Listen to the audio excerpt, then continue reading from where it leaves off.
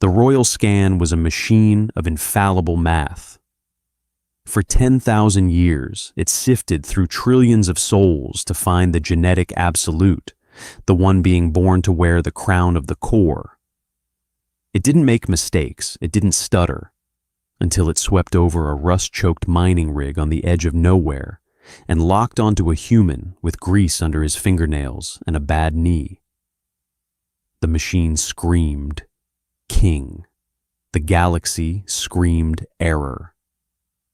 Andrew tasted it before he saw it. It started as a sharp, metallic tang on the back of his tongue, like licking the terminal of a 9-volt battery. Then came the pressure. The air inside the maintenance shaft of Sector 4 went thick and heavy, pressing against his eardrums until they popped. He dropped his wrench. It hit the grating with a dull, unimpressive clank. "Caleb," Andrew rasped, coughing to clear the sudden dryness in his throat. "Did you blow the primary manifold again?" Caleb didn't answer. Andrew wiped a mixture of sweat and hydro grease from his forehead, leaving a dark smear across his brow. He favored his left leg as he stood, the cartilage in his knee grinding in that familiar, agonizing way it always did when the station's artificial gravity fluctuated. The maintenance shaft smelled like it always did: stale sweat, burnt copper, and the distinct sour odor of recycled air that had been breathed by too many people for too many years. But beneath that, something new was creeping in: ozone, crisp, sterile, and terrifyingly cold. Andrew grabbed the handrail and hoisted himself out of the access hatch. The corridor of the Tartarus mining station was bathed in the sickly yellow glow of emergency lighting. Usually the station rattled. It was a massive dying beast of iron and cheap plasteel groaning against the vacuum of space. Right now, it was dead silent. "Caleb," Andrew called out again. He found the younger man standing by the viewport in the main galley, frozen. Caleb held a lukewarm packet of synth broth in his hand. He wasn't looking at Andrew. He was staring out the scarred, reinforced glass. Andrew limped over, annoyed. "If the foreman catches us slacking while the scrubbers are down, he's going to dock us both half a cycle's pay." "I need that pay, Caleb. I've got creditors breathing down my neck who don't care about—" Andrew stopped. He looked out the viewport. The starfield was gone. In its place was a wall of pristine, blinding white. It wasn't a single ship. It was an armada, so massive its sheer gravitational footprint was causing the Tartarus to shudder in a silent, structural panic.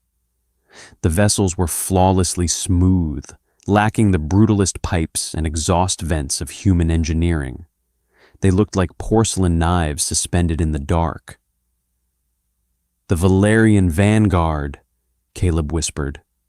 His voice trembled. He dropped the synth broth. The packet burst on the grated floor, brown liquid seeping into the rust. Andrew's stomach dropped. The Valerians didn't come to the outer rim. They ruled the core. They were a species so obsessed with genetic purity, lineage, and immaculate order that they considered humanity a minor, unfortunate fungal infection on the edge of their lawn. "What are they doing here?" Andrew asked, though his brain was already racing through a Rolodex of his recent crimes. Had he bought stolen power cells? Yes. Did he bypass the colonial tax grid? Obviously. But you didn't send 100 dreadnoughts to collect a few thousand credits from a mechanic. Then the hum started. It was a vibration that bypassed the ears and settled directly in the bones. Andrew's teeth rattled. The hairs on his arms stood on end. The royal scan. He had heard stories in the cantinas, drunken ramblings from void traders. The Valerian emperor had died a month ago without an heir. The core was tearing itself apart, waiting for the ancient autonomous machine to sweep the galaxy and find the exact genetic sequence destined to rule. It sweeps everyone, the traders had said. Doesn't matter if you're a beggar or a lord.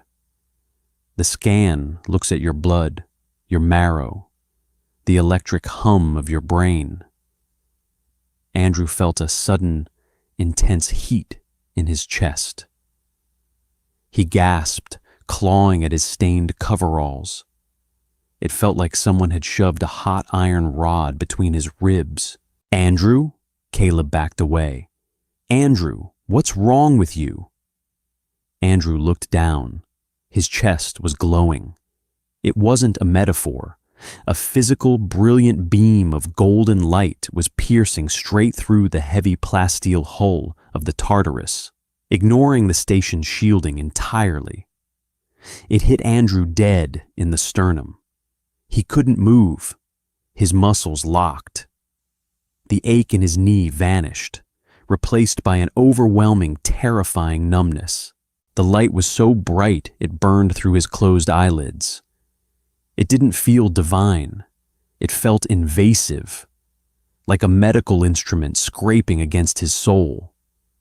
And then, just as quickly as it started, the light snapped off. The pressure vanished. Andrew collapsed onto the grating, gasping for air. He tasted blood. He had bitten his tongue. "Andrew." Caleb's voice was barely a squeak. Through the viewport, the massive white dreadnoughts were moving. They weren't passing by. They were rotating. Hundreds of massive docking collars, weapons banks, and observation decks were all turning to face the Tartarus. The station's comm system shrieked. It bypassed the encrypted channels and blasted through the public address speakers, so loud it made the dust shake from the ceiling panels. "Target acquired. The Sovereign is found."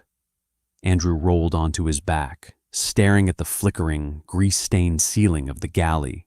His heart was hammering a frantic, uneven rhythm against his ribs. "Gotta be a glitch," Andrew muttered, spitting a glob of blood onto the deck. "Gotta be a damn glitch."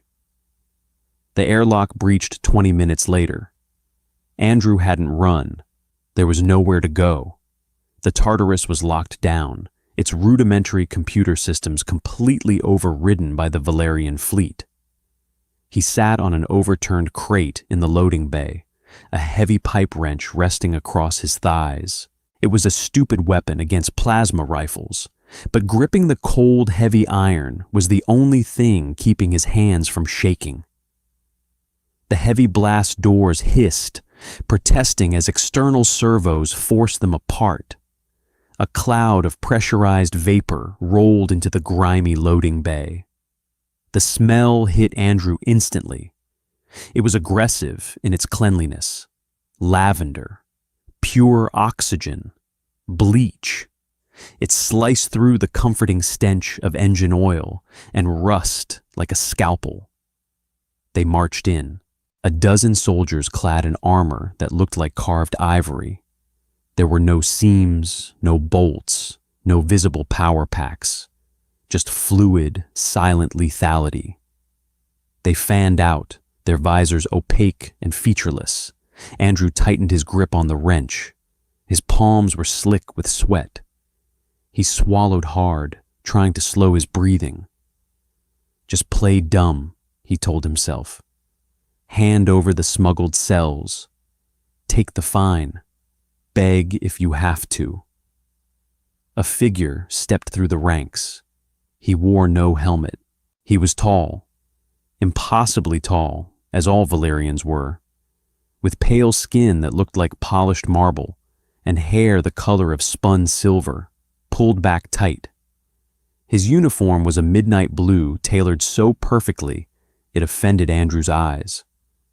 The Valerian surveyed the loading bay, his lip curled upward by a fraction of a millimeter. Disgust.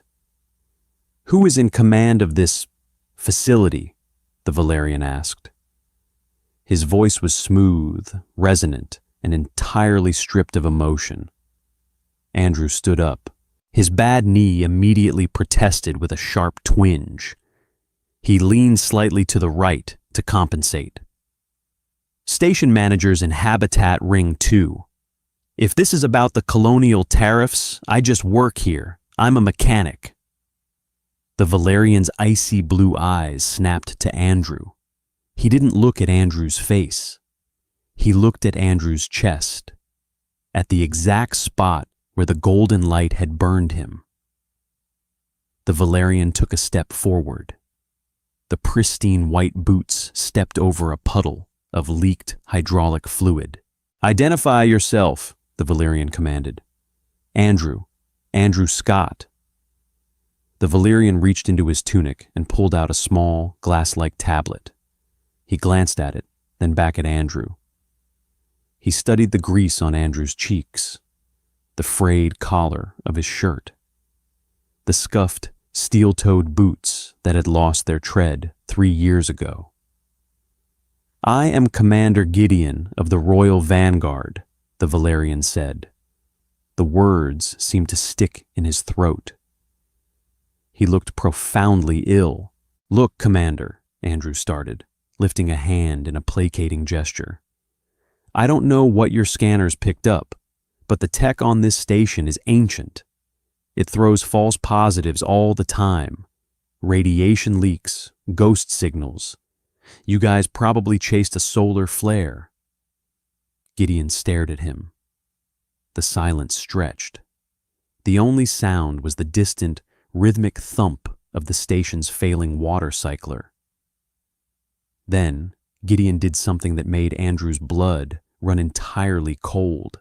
He unclasped his ceremonial sword from his hip. He dropped it to the grimy metal deck. It landed with a sharp clatter. Slowly, stiffly, as if fighting every muscle in his own body, Commander Gideon sank to one knee. The pristine white fabric of his trousers pressed directly into the puddle of hydraulic fluid. Around him, the 12 ivory-clad soldiers dropped to their knees in perfect unison, a wave of white sinking into the dirt. The royal scan is infallible, Gideon said to the floor. His voice was tight, strained, laced with a venom he was desperately trying to suppress. It does not chase solar flares. It has recognized your genetic resonance. By the laws of the core, encoded before the stars cooled. Gideon closed his eyes, his jaw clenching so hard Andrew thought the man's teeth would shatter. I greet you, Sovereign. Andrew stared at the top of Gideon's head. He looked down at his own hands. They were covered in black grime. He had a fingernail that was turning purple from where he'd smashed it with a hammer yesterday. You've got to be out of your damn minds, Andrew whispered. Gideon looked up. The hatred in his eyes was naked now. It was raw and burning. He hated Andrew. He hated the rust. He hated the smell of the station. And most of all, he hated the ancient laws that forced him to kneel in the muck before a human. My personal sentiments are irrelevant, Gideon said, rising to his feet. The dark stain of oil on his knee made Andrew want to laugh hysterically. You are coming with us. The Chancellor awaits you on the Aegis. I'm not going anywhere, Andrew said, taking a step back and raising the wrench slightly. I have a shift to finish. You want to play dress-up? Find someone else. 2 of the guards were on their feet before Andrew even blinked. They didn't draw weapons. They simply moved with terrifying, fluid speed. One grabbed Andrew's wrist, twisting it just enough to send a shock of white-hot pain up his arm. The wrench dropped. The other guard clamped a hand on Andrew's shoulder, locking him in place. Their grip was like an industrial vice, cold, hard, and unyielding. This is not an invitation, Andrew Scott, Gideon said, turning his back and walking toward the airlock. You are the emperor, and you will be escorted to your throne, whether you walk there or we carry you." They dragged him. Andrew fought, kicking and swearing, his boots scraping against the deck plates. But it was useless.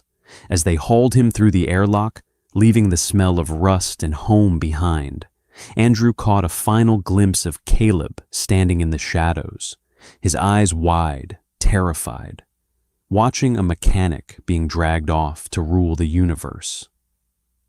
The decontamination process was violently thorough.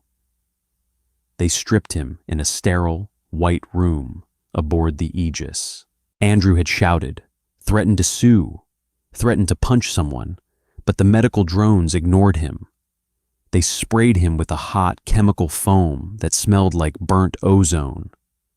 It stung his skin, burning away the ingrained grime of 10 years in the shipyards. They scrubbed him with sonic brushes that vibrated so intensely they left his flesh pink and raw. When they were done, Andrew felt naked in a way that had nothing to do with clothes. The dirt was his armor. It was proof he worked, proof he survived. Now he was just pale skin and knobby joints. A drone presented him with garments, silk, or something like it. It was a deep, shifting crimson that caught the light, embroidered with gold geometric patterns. Andrew put it on. It itched. It was too light, lacking the comforting weight of heavy canvas and utility pockets. He felt ridiculous, like a dog forced into a sweater. The doors slid open. 2 guards, different ones, but wearing the same identical ivory armor, escorted him down a corridor. The Aegis was massive, silent, and terrifying. The floors were a seamless black glass that reflected Andrew's bare feet. The walls hummed with immense, contained power. They arrived at a set of heavy, gilded doors. They parted silently. The room beyond was not a bridge. It was an office, but an office scaled for gods. A massive window curved along the far wall, showing the infinite sprawl of stars. In the center of the room sat a desk made of something that looked like polished obsidian. Behind the desk stood Chancellor Reginald. Reginald was older than Gideon. His silver hair was thinning, and his face was deeply lined with the kind of stress that came from managing a crumbling empire. He wore robes of dark gray, heavy and oppressive. As Andrew was shoved into the room, Reginald looked up. The Chancellor didn't kneel. He just stared. For a long, agonizing minute, the only sound in the room was the soft, synthetic whisper of the ship's ventilation. Reginald lifted a hand and rubbed the bridge of his nose. He let out a long, slow exhale. "A human," Reginald said. His voice was a dry rasp. 10,000 years of breeding. 10,000 years of genetic curation. We built dynasties that spanned galaxies. We engineered our bloodlines to eliminate disease, weakness, and madness. He dropped his hand and looked at Andrew with exhausted, hollow eyes. "And the scan chooses a mud scraper from a decaying rock." "Look, pal," Andrew said, crossing his arms. He hated how defensive he sounded. He hated that he had to look up slightly to meet Reginald's eyes. "I didn't ask for this. Your machine is busted. Send me back." "The machine is not busted," Reginald snapped, his composure cracking for a fraction of a second. The Genesis core operates on quantum biological resonance. It measures the fundamental harmonic of a soul against the throne's frequency. It does not make mistakes. Well, it made one today. Andrew pointed a thumb back at the door. "I'm Andrew. I owe the syndicate $4,000. I have a bad knee. I drink recaf that tastes like battery acid, and I like it. I am not your king." Reginald walked slowly around the desk. He leaned against the edge of it, crossing his long legs. Do you know why the Emperor must be chosen by the scan, Andrew Scott? Don't care. Because if he isn't, the core worlds will burn, Reginald said quietly. We have 7 major houses. Each commands fleets capable of cracking planets. When the late Emperor died without a designated heir, 3 of those houses mobilized. We are hours away from a civil war that will consume trillions of lives. Reginald pointed a long, pale finger at Andrew. The only thing keeping them from firing on one another is the sacred law of the scan. They will bow to the absolute authority of the machine. Even if it produces, Reginald's lip curled. You. Andrew felt a cold sweat prickle along the back of his neck. The sheer scale of it was suffocating. Millions of ships, trillions of lives, and him. You're going to put me on a throne and expect them to obey? Andrew barked a harsh, cynical laugh. They're going to assassinate me before I sit down. Oh, undoubtedly, Reginald said smoothly. The absolute lack of empathy in his voice was chilling. They will view you as an abomination, an insult to our species. There will be poisons, kinetic strikes, perhaps a localized black hole generated in your bedchambers. Andrew stared at him. You're insane. I am pragmatic, Reginald corrected. If you die after you are crowned, the succession crisis is legally reset. It buys the Senate time to negotiate a treaty without the galaxy burning. Reginald pushed off the desk and walked toward a silver console. He poured a clear liquid into a crystal glass. He didn't offer one to Andrew. You are a placeholder, Andrew Scott, Reginald said, taking a slow sip. You are a sacrificial anode. We will take you to the capital. We will put the crown of the core on your head. You will wave to the masses. And then, inevitably, one of the noble houses will have you murdered, and the empire will be saved. Andrew looked at the man. He looked at the vast, uncaring stars outside the window. He felt the ridiculous silk scratching against his skin. He wasn't a hero. He was a survivor. He knew how to dodge punches in a cantina, how to hotwire a plasma conduit to keep from freezing to death, and how to spot a loaded die. They thought he was just a stupid, disposable animal, a rat caught in their immaculate trap. Andrew slowly uncrossed his arms. The initial terror was beginning to fade, replaced by a slow, simmering heat in his gut.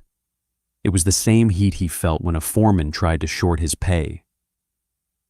So, Andrew said, his voice dropping an octave, the grit of the shipyard bleeding back into his tone. Let me get this straight. You need me. Reginald paused, the crystal glass near his lips. I need the legitimacy you temporarily represent. Right, but you can't crown a corpse. Andrew took a step forward. He didn't care about the guards at the door. He walked right up to the Chancellor, ignoring the height difference. He smelled the faint, sterile scent of lavender on the man. If I die before the ceremony, your civil war starts anyway, right? Andrew asked. Reginald's eyes narrowed. That is correct. And if I refuse to do the ceremony, if I stand up in front of your whole shiny empire and tell them the machine is broken and you're all frauds, we would compel you. You can drag me, Andrew said, a grim, jagged smile touching the corner of his mouth. But you can't make me read the script. I've seen the vids, Reginald. Rulers have to speak. They have to accept the crown. A gagged king doesn't stop a war. Reginald slowly lowered the glass. The air in the room grew tense, heavy with sudden, unspoken friction. Andrew leaned in close. You think you pulled a rat out of the gutter to throw to the wolves. But here's the thing about rats, Reggie. We bite. You want me to play king to save your neck? Fine, but we're going to do it my way.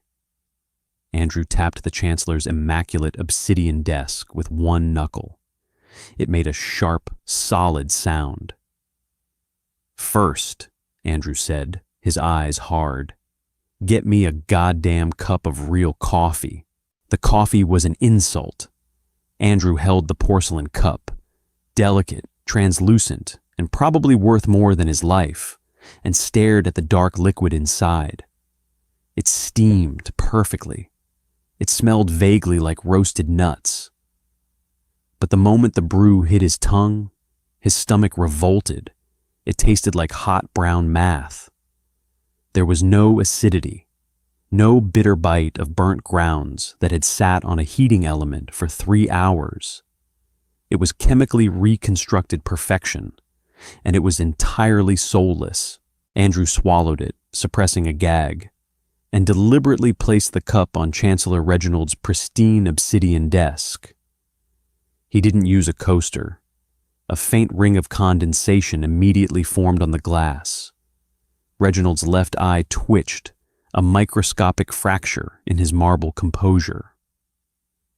I asked for coffee, Andrew said, wiping his mouth with the back of his hand. That is a molecularly identical recreation of the Coffea arabica bean, grown in optimal atmospheric conditions, Reginald replied smoothly, though his gaze remained locked on the moisture ring. It is flawless. It's trash, Andrew grunted, shifting his weight. His left knee was throbbing a dull, rhythmic ache. The gravity on the Aegis was set to a crisp 1.2 Gs, standard for the towering Valerians, but a slow, grinding torture on human joints. But it'll do to keep me awake. How long until we hit the core? We are entering the atmosphere of Ethel now. Reginald turned toward the massive viewport. Andrew limped over to the glass. He expected a sprawling metropolis, maybe something like the rusted, towering hives of the outer colonies, choked with smog and neon. Instead, he saw a painting. Ethel didn't have continents. It was a single, planetary-scale architecture of white and gold. Spires that defied gravity stretched miles into a curated violet sky. There were no clouds, only atmospheric baffles that painted the sunlight into soft, flattering hues. It was a world entirely paved over, yet it looked sickeningly lush. Hanging gardens the size of small moons orbited the primary spires. It didn't look like a place where people lived. It looked like a tomb for gods. 10 billion souls down there, Reginald murmured, his voice stripped of its usual sharp edge. And every single one of them expects a Valyrian sovereign to step off this ship. When they see you, there will be a shock. Then there will be outrage. You must not flinch. I've had guns pulled on me for a bad hand of cards, Reggie. I don't flinch. Andrew lied. His heart was hammering a frantic rhythm against his ribs. The sheer scale of the city below was suffocating. He was a rat dropped into a surgical theater. The ship docked without a single shudder. No clanking clamps. No hiss of equalizing pressure. Just a soft chime that made Andrew's teeth ache. They didn't give him time to breathe. A team of attendants swarmed him the moment he stepped out of Reginald's office. They stripped him of the crimson silk and forced him into the ceremonial armor of the sovereign. It was heavy, not the comforting, protective weight of a hazard suit, but a suffocating, useless mass of layered platinum and woven light. The collar was too high, biting into his jawline. The chest plate compressed his lungs. It was designed for someone 6 inches taller and far more rigid. "I can't breathe in this," Andrew grumbled, hooking a grease-stained finger under the platinum collar and tugging. An attendant, a pale Valyrian youth whose eyes were wide with poorly concealed horror at having to touch a human, immediately slapped Andrew's hand away. "Do not mar the vestments. They are sacred." Andrew grabbed the youth by the wrist. He didn't squeeze hard, but the sudden, violent speed of the movement made the attendant freeze. Andrew leaned in, smelling the faint, sickly sweet scent of lotus oil on the boy's skin. "Listen to me," Andrew whispered, his voice vibrating with a low, dangerous grit. "I don't care if God himself sewed this shirt. If I pass out from lack of oxygen on that stage, your chancellor's plan goes to hell. Loosen the damn clasp." The attendant swallowed hard, looked at Andrew's unblinking eyes, and quickly adjusted a hidden node at the back of the neck. The collar relaxed. Andrew took a deep, ragged breath. Better. The doors to the docking concourse opened. Reginald was waiting, flanked by Commander Gideon and a dozen Vanguard guards. But someone else was there too. She stood apart from the soldiers. She wore a dress of midnight blue that seemed to absorb the light around it. Tailored so sharply, it looked like it could cut glass. Her silver hair was pinned up in elaborate, cruel-looking spikes. She smiled as Andrew approached, but the smile never reached her eyes. Her eyes were black, bottomless, and entirely devoid of warmth. "Chancellor," she said, her voice a purr of localized static. "You kept us waiting, and you brought a pet." "Duchess Vivian," Reginald nodded, a tense, formal dip of his chin. "Allow me to present the sovereign, chosen by the royal scan." Vivian stepped forward. She was a full head taller than Andrew. She looked down at him, her gaze raking over his scarred knuckles, the uneven stubble on his jaw, the slight slump of his shoulders. She smelled like crushed orchids and something sharp, like ozone right before a lightning strike. "Fascinating," Vivian murmured. She reached out, extending a hand with silver-capped fingertips. She didn't offer it to shake.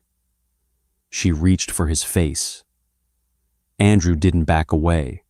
He swatted her hand out of the air. The smack of flesh against metal echoed sharply in the cavernous hall. Gideon's hand dropped to his sidearm. The Vanguard tensed. Vivian looked at her hand, then back at Andrew. The fake smile dissolved, leaving a mask of pure, concentrated malice. "I bite," Andrew said, staring her dead in the eyes. "It seems the machine has developed a sense of humor," Vivian said softly, her voice dropping to a whisper meant only for him. "Enjoy the crown, little human. The metal conducts heat very well. You will burn before the cycle ends." She turned and walked away, the click of her heels sharp against the marble. Andrew exhaled slowly, unclenching his fists. His palms were slick with sweat. He looked at Reginald. "One of the 3 houses?" Andrew asked. "House Lancaster," Reginald replied, his face pale. "She commands the First Fleet. You just slapped her." "She tried to pet me," Andrew grunted, forcing his shaking hands to rest on his heavy platinum belt. "Let's get this over with." The corridor of ancestors was 3 miles long. That was the first thing they told him, and it was the only thing Andrew could think about as the heavy, gilded doors groaned open, revealing the grand hall. 3 miles of polished, black mirrored floor. Millions of Valyrians lined the colossal balconies, tier upon tier, stretching up into a vaulted ceiling that lost itself in artificial shadows. It wasn't noisy. That was the most terrifying part. A crowd of millions, and there was absolute suffocating silence. No cheers, no whispers, just the heavy, crushing weight of 10 million pairs of eyes staring down at a mechanic from the outer rim. "Walk," Reginald hissed from his side. Andrew took a step. The heavy platinum boots clicked against the black glass. His knee flared, a sharp spike of agony shooting up his thigh. He gritted his teeth. He couldn't walk 3 miles like this, not without limping. And if he limped, he looked weak. If he looked weak, the wolves in the balconies would tear him apart before Reginald's civil war even started. He needed a crutch. A ceremonial guard stood to his right, holding a massive solid iron staff tipped with the Valerian crest. Andrew didn't ask. He reached out, grabbed the staff just beneath the crest, and yanked it from the guard's immaculate grip. The guard blinked, stunned into paralysis. Reginald gasped quietly. Andrew leaned his weight onto the iron staff. It was heavy, cold, and perfect. He took a step, bringing the staff down onto the mirrored floor. Clang. The sound was brutally loud. It shattered the silence of the massive hall, echoing off the high arches. It was an ugly, unrefined noise, the sound of a hammer hitting an anvil. Andrew took another step. Clang. He didn't look up at the millions of furious, disgusted faces. He looked straight ahead, toward the raised dais 3 miles away. He fell into a rhythm. Step, drag, clang, step, drag, clang.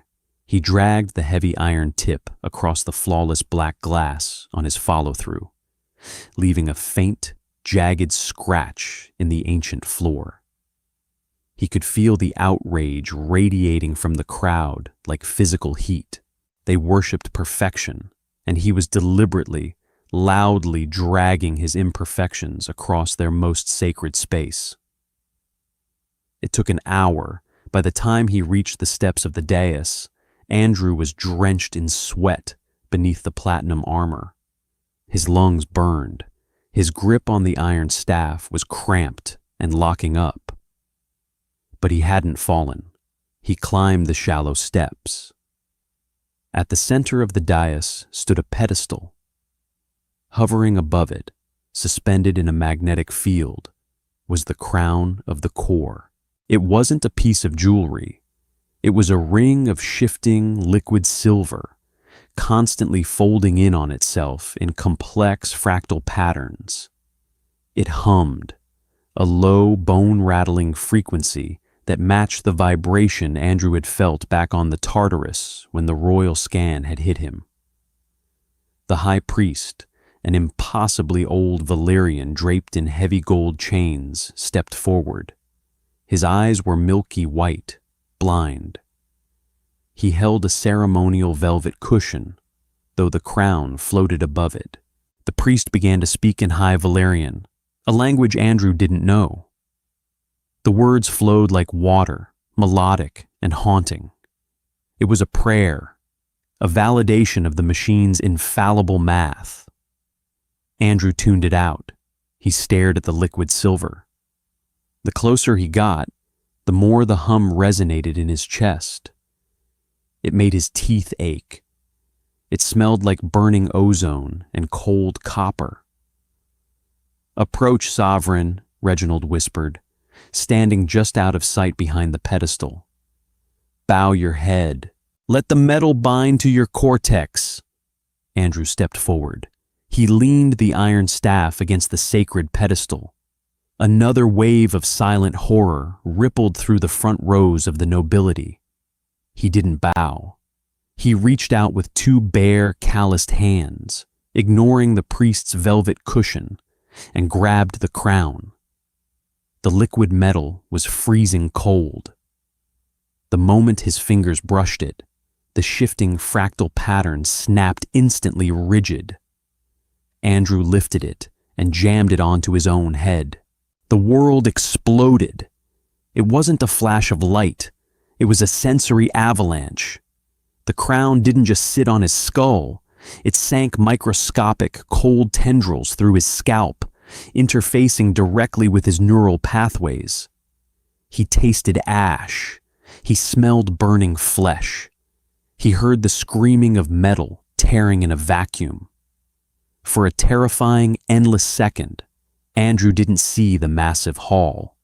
He saw a galaxy mapped in red. He saw fleets moving in the dark, logistical supply chains snapping, entire agricultural planets failing under bureaucratic rot. He saw the math that the royal scan had used. The empire wasn't perfect. It was a dying, bloated corpse. The Valyrians had bred themselves into aristocratic stagnation. They were beautiful, flawless, and completely incapable of adapting. They lacked grit. They lacked the dirty, desperate, ugly urge to survive at any cost. The machine hadn't glitched. It hadn't made a mistake. It saw a sinking ship, and it bypassed 10,000 years of pristine captains to find a mechanic who knew how to patch a leak with spit and duct tape. Andrew gasped, his eyes snapping open. He staggered, dropping to one knee. His bad leg screamed in protest, but he caught himself, gripping the pedestal with white-knuckled intensity. The liquid silver of the crown solidified, turning into a jagged, dull iron band across his brow. It looked crude. It looked human. Silence reigned in the hall. Millions held their breath, waiting for him to die, waiting for the ancient tech to reject the mud scraper and turn his brain to slag. Andrew slowly pulled himself up. He was breathing heavily, his chest heaving against the platinum armor. His head throbbed with a massive, terrifying migraine. He had access to the Imperial grid. He could feel the defense cannons in orbit. He looked down at the front row. He saw Duchess Vivienne, her black eyes wide with genuine shock. He saw Reginald, pale as a ghost. Andrew grabbed the iron staff. He stepped up to the edge of the dais, the jagged crown heavy on his head. The script called for him to offer a blessing in High Valyrian, to speak of peace and genetic destiny. Andrew cleared his throat. The acoustic fields amplified his voice, broadcasting the rough, unrefined gravel of his tone to 10 billion people. "My name is Andrew," he said, speaking entirely in Terran Standard. His voice echoed like a gunshot. "Your machine dragged me out of a grease pit to sit in this chair." He paused, looking directly at Duchess Vivienne. "I don't know your traditions. I don't care about your bloodlines. But the crown is on my head, and the grid just gave me the keys. So here are the new rules."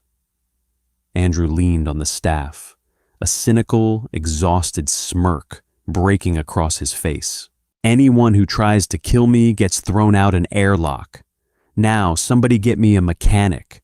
This armor is pinching my neck." The crown didn't come off. Andrew stood in the center of the Emperor's primary bedchamber, tugging at the jagged iron band with both hands. His fingers slipped against the dull metal, slick with his own sweat. It was fused to his skin, practically locked into the bone of his skull. Every time he pulled, a spike of white-hot nausea flared behind his eyes, accompanied by the screech of static in his auditory cortex. "Stop," Andrew grunted, dropping his arms. His chest heaved beneath the suffocating weight of the platinum armor. "Just stop pulling." "I am not pulling, Sovereign," a voice squeaked. Andrew looked down. Kneeling beside him was Bastion, an Imperial armorer who looked less like a mechanic and more like a terrified librarian. Bastian was thin, pale, and holding a set of delicate, laser-guided calipers that looked entirely useless for the task at hand. "I meant me. I was talking to myself," Andrew snapped. He limped over to a massive curved window. The city of Ethel sprawled below, a sea of glowing spires and manicured light. It made his stomach churn. "Just get this chest plate off me before I suffocate." Bastian scurried over, his hands shaking so badly the calipers clattered against the platinum. "The biometric clasps they are not recognizing my genetic signature, Sovereign. The armor has locked itself to your biological rhythm. It requires a master override from the High Priest." "I'm not calling that blind old bat back in here," Andrew said. He turned, scanning the massive room. It was absurdly large, dominated by a bed that looked like a floating marble slab covered in sheer silk. There were no sharp corners. Everything was curved, smooth, and aggressively safe. He spotted a decorative statue near the door, a heavy abstract piece of solid brass shaped like a leaping predatory cat. Andrew stomped over, his bad knee screaming with every step, and hoisted the statue. It weighed a good 30 pounds. "Sovereign, wait! That is a priceless relic of the third—" Andrew slammed the brass statue directly into the platinum clasp on his right shoulder. The impact was deafening. The sheer force sent a shockwave down Andrew's arm, rattling his teeth. The heavy, indestructible ceremonial armor dented. The delicate biometric locking mechanism inside the clasp shattered with a pathetic crunch. The pressure across his chest vanished. Andrew dropped the statue. It hit the immaculate white floor, leaving a deep, ugly gouge in the polished stone. He shrugged off the ruined platinum plates. They hit the ground with a heavy, expensive clatter. He was left in the sweat-soaked crimson silk undershirt, breathing hard, his chest finally expanding to its full capacity. "There," Andrew wheezed, rubbing his bruised collarbone. "Override accepted." Bastian looked at the ruined armor, then at the gouged floor, and quietly began to hyperventilate. Andrew ignored him. He walked toward the massive bed, intent on collapsing. But as he passed a seamlessly integrated ventilation grate in the wall, he stopped. He tilted his head. The crown buzzed against his skull, a low-grade migraine that felt like a dying fluorescent bulb. It wasn't just a piece of metal. It was a receiver. He could feel the Aegis in orbit. He could feel the power grid of the city, and he could feel the climate control system of his own room. Andrew pressed his face close to the vent. He closed his eyes, filtering out the smell of the room's ambient lavender scrubbers. He breathed in deep through his nose. There, beneath the floral sterility, a faint, sickeningly sweet scent, like rotting fruit mixed with copper. "Bastian," Andrew said quietly. His voice had lost its frustrated edge. It was the flat, dead tone of a man who had just found a live wire in a dark room. "Yes, Sovereign? Do you smell peaches?" Bastian blinked, confused. He took a hesitant step closer and sniffed the air. I suppose. A pleasant additive to the sleep cycle regulators?" "In the outer rim shipyards," Andrew said, reaching down to unlace his heavy steel-toed boot. "If you smell peaches in a maintenance shaft, it means the coolant lines are leaking neurotoxin. It paralyzes your diaphragm in 3 minutes. You suffocate while you're wide awake." Bastian froze, the color completely draining from his already pale face. Andrew didn't hesitate.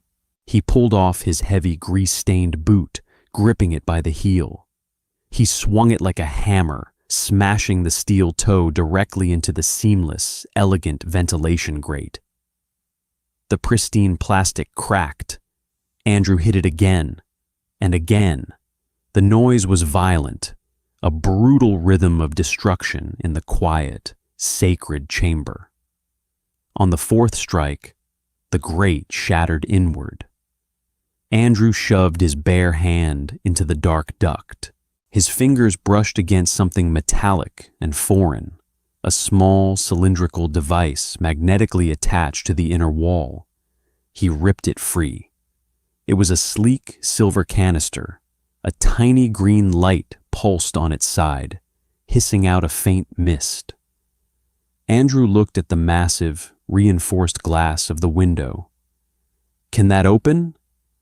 No, Bastian stammered, backing away. "The atmospheric seal is absolute." Andrew looked around frantically. His eyes landed on the ensuite washroom. He bolted, limping heavily, bursting through the doors. He threw the hissing canister into the massive sunken marble toilet, reached down, and smashed the manual flush override he had noticed earlier. A vortex of hyper-pressurized water swallowed the canister, sucking it down into the station's deep matter reclaimers before it could vent any further. Andrew slumped against the cold marble wall, sliding down until he hit the floor. He sat there, his chest heaving, his bare foot pressed against the cold stone, holding his other steel-toed boot in his lap. The heavy oak doors to the bedchamber burst open. Chancellor Reginald strode in, flanked by 4 vanguard guards, their weapons drawn. "Sovereign, the grid registered a kinetic anomaly in your chambers." Reginald stopped in the doorway of the washroom. He took in the sight, the gouged floor, the shattered priceless platinum armor, the destroyed ventilation grate, and the Emperor of the Core Worlds, sitting on the floor of a bathroom, sweating through a silk shirt, holding a dirty work boot. Andrew looked up at Reginald. He didn't smile. He just tossed the boot onto the floor. It landed with a dull thud. "I told you," Andrew rasped, wiping a streak of dirty sweat from his forehead. "Rats bite back. Find out who put a neuro canister in my air supply, Reggie, or the next thing I smash is going to be your face." The High Council chamber was designed to make a man feel small. The ceiling was a vaulted dome of simulated daylight, casting a harsh, unforgiving glare on the circular obsidian table below. 7 massive chairs, carved from petrified starwood, ringed the table. 6 of them were occupied by the heads of the great houses. The 7th chair, larger than the rest and positioned slightly higher, was empty. Andrew didn't sit in it. He leaned against the edge of the polished obsidian table, standing awkwardly on his good leg. He wore standard black fatigue trousers he had bullied out of a quartermaster, heavy boots, and a simple dark gray tunic. The only piece of regalia he wore was the jagged iron crown, bolted onto his skull, pulsing with a low rhythmic ache. The 6 lords and ladies of the core stared at him with varying degrees of open revulsion. Duchess Vivienne sat directly across from him, her black eyes narrowed into venomous slits. "This is a mockery," Lord Rowan of House Corvus muttered, adjusting the heavy gold sash draped across his broad shoulders. "We are in the middle of a systemic collapse, and we are forced to stand by while a tinkerer soils the council table." "I'm standing because the chair hurts my back," Andrew said flatly. He picked up a crystal stylus from the table and idly turned it over in his calloused fingers. "And because I want to look you all in the eye when you lie to me." The room stiffened. Chancellor Reginald, standing strictly at attention by the door, closed his eyes as if bracing for an explosion. "We do not lie, human," Vivian purred, leaning forward. The scent of her sharp ozone perfume drifted across the table, making Andrew's nose itch. "We deal in the reality of the Empire, a reality you cannot possibly comprehend." She tapped a silver node on the table. The center of the obsidian surface vanished, replaced by a massive, three-dimensional holographic map of Sector 9. Several planets blinked in aggressive red. "The agricultural hubs of the Perseus Reach," Vivian announced. "For 3 weeks, the quantum transport gates have been failing. Trillions of tons of grain are rotting in the silos. 3 billion citizens on the factory worlds are facing starvation. My engineers theorize a harmonic misalignment in the gate's core tachyon field. We need to divert 80% of the Treasury's emergency funds to build a new stabilizer array." The other lords nodded in solemn agreement. Andrew stared at the holographic projection. The moment the map materialized, the iron band around his head bit into his temples. Data flooded his visual cortex.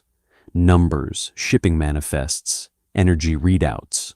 It was like staring into a blinding sun, but instead of light, it was pure information. He didn't look at the glowing red planets. He looked at the tiny, almost invisible lines connecting them. The supply routes. Andrew reached out, his grease-stained hand passing through the hard light projection. He pinched his fingers together, zooming in on a small, insignificant way station located between the agricultural worlds and the transport gate. "Station 44 Delta," Andrew read, squinting as the crown fed him the station's specs. "It's a compression relay." "A minor logistical node," Lord Rowan scoffed. "Irrelevant to the quantum decay of the primary gate." "Nothing is irrelevant," Andrew muttered. He tapped the station. A wall of scrolling text appeared in his mind. He closed his eyes, fighting the nausea. Maintenance logs, energy output, flow rates. He opened his eyes and looked directly at Vivian. "You don't need a new stabilizer array," Andrew said, tossing the crystal stylus onto the table. It rolled and stopped against the holographic emitter. "You need a plumber." Vivian's jaw tightened. "Excuse me?" "The quantum gate isn't misaligned," Andrew explained, pushing off the table and taking a step toward her. "The gate runs on heavy water coolant, right? It cycles through Station 44 Delta to shed the thermal load before it hits the tachyon field." The Lord stared at him in stunned silence. They didn't know how the gates worked. They only knew they owned them. According to the Imperial grid, Andrew tapped the side of his own head, right beneath the iron crown. Station 44 Delta hasn't had its intake manifolds flushed in 4 years. The filters are choked with orbital sediment. The heavy water is bottlenecking. The gate isn't failing because of some harmonic misalignment. It's failing because it's overheating, so the safety sensors are forcing it to shut down to prevent a meltdown. He leaned over the table, his face inches from the holographic projection. "Your engineers aren't looking at the pipes because they think they're too good to touch the dirt," Andrew growled. "You don't need 80% of the treasury. You need 10 guys with hydro spanners and a pressure washer." Lord Rowan stood up, slamming his hands on the table. "You dare speak to us of pipes and filters? We are the architects of the stars." "You're slumlords in silk suits," Andrew shot back, his voice rising, carrying the raw acoustic violence of the shipyard. "You build an empire out of glass, and when a hinge squeaks, your first instinct is to tear down the whole door and buy a new one." He turned to Reginald.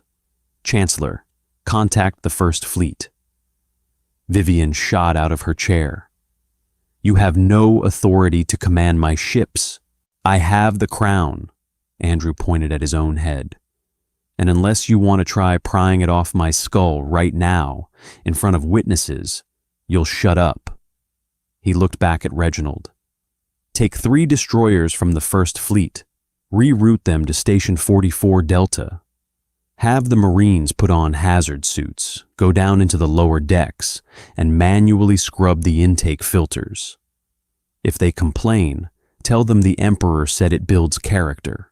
Reginald hesitated for a fraction of a second, his eyes darting between Vivian's furious face and Andrew's cold, unyielding stare. At once, Sovereign, Reginald bowed stiffly. Andrew looked back at the council. The absolute silence in the room wasn't born of awe. It was born of outrage. He had taken their grand, elegant tragedy and reduced it to a clogged drain. He had stripped them of their poetry. Meeting's over, Andrew said, turning his back on the most powerful beings in the galaxy. He limped toward the heavy wooden doors, his bad knee grinding with every step. Fix the damn pipes. I'm going to find some coffee that doesn't taste like a math equation. The lower levels of the Imperial Spire didn't smell like lavender. They smelled like home. Andrew stood in the center of Subdeck 14, breathing in the rich, heavy scent of atomized hydro grease and superheated copper. The lighting down here wasn't curated for perfect complexion. It was a harsh, flickering sodium orange that cast long, jagged shadows against the brutalist architecture of the planet's primary heating manifolds. The air was thick, vibrating with the deafening, rhythmic thrum of massive pistons turning deep within Ethel's crust. He had ditched the Vanguard guards 3 levels up by overriding the elevator's biometric locks with a thought. The iron crown fused to his skull made his head ache with a constant, low-level static, but it had its perks. He could feel the entire building's circulatory system. He knew where the cameras were blind. He dragged a hand along a massive, thrumming plasteel pipe. His fingertips came away slick with condensation and black grime. "Hey!" Andrew called out, his voice scraping over the mechanical roar. A figure working near a pressure valve jumped, dropping a sonic welder. It was a Valyrian, but not one of the pristine, marble-skinned aristocrats from the upper decks. This man was hunched, his pale skin splotchy with chemical burns, wearing a tattered gray jumpsuit. He looked at Andrew, terrified, his eyes darting to the jagged iron crown. The worker immediately dropped to his knees, pressing his forehead against the grated floor. The metal was coated in a thin layer of toxic sludge. "Get up," Andrew said, limping closer. "I'm not doing the kneeling thing down here. Get up." The worker slowly raised his head, trembling.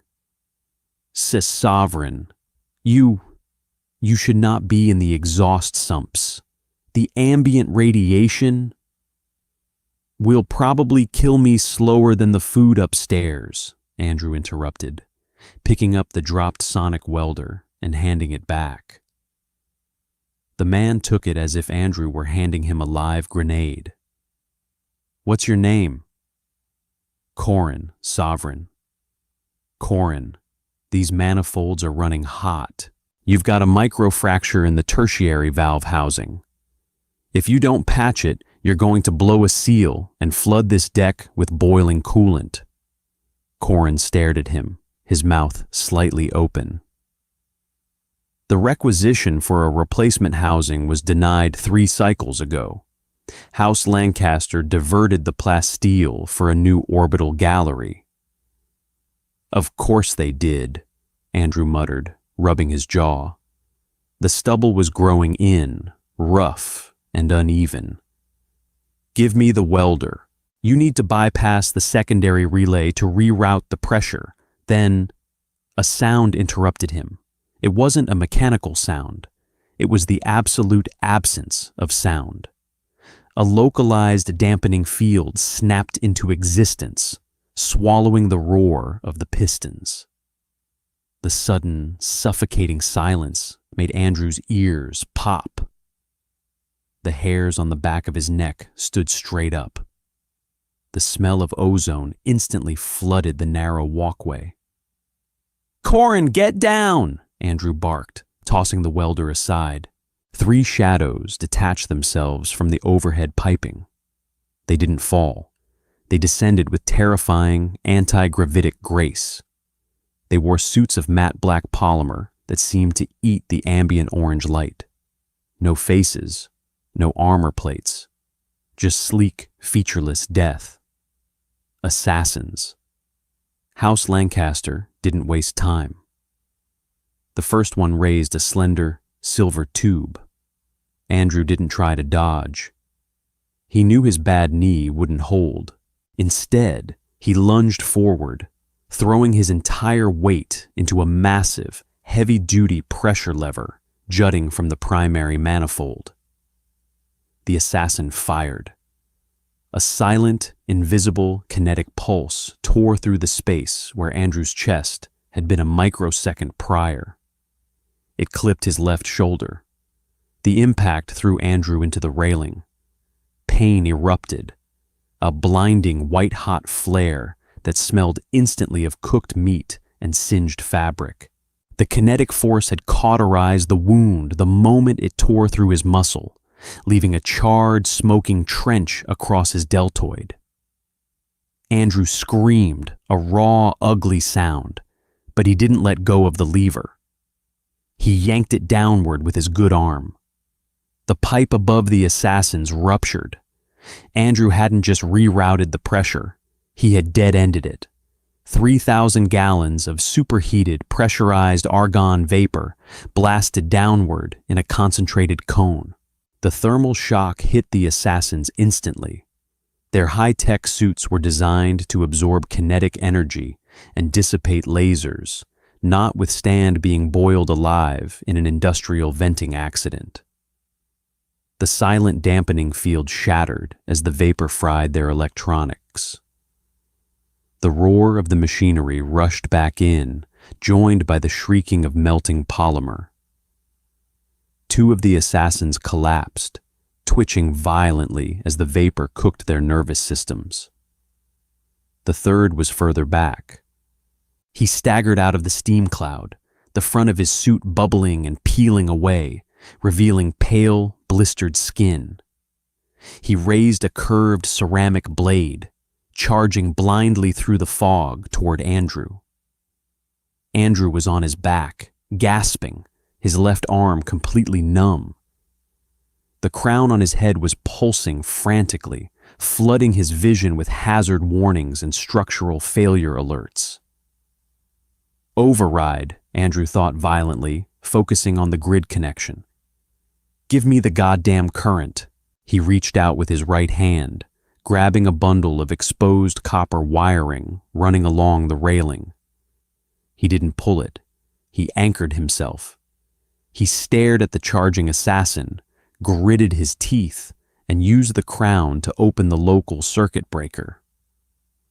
Raw, unshielded industrial electricity surged through the floor grates. It bypassed Andrew, grounded by the copper wire he gripped. But it caught the assassin mid-stride. The man convulsed, a brutal bone-snapping jerk. Blue arcs of lightning danced across his wet, melting suit. He dropped the ceramic blade, crashing onto the deck with a heavy, lifeless thud. The steam slowly began to clear, sucked away by the emergency ventilation fans. Andrew lay there, his chest heaving, staring at the flickering orange lights. The smell of ozone was gone, replaced by the sickening stench of burnt hair and roasted flesh. His shoulder throbbed with a sickening rhythmic agony. Corin slowly peeked out from behind a massive turbine, his eyes wide with absolute primal horror. He looked at the 3 dead, elite killers, and then at the bleeding human clutching a fistful of copper wire. Andrew slowly sat up, coughing a lungful of acrid smoke.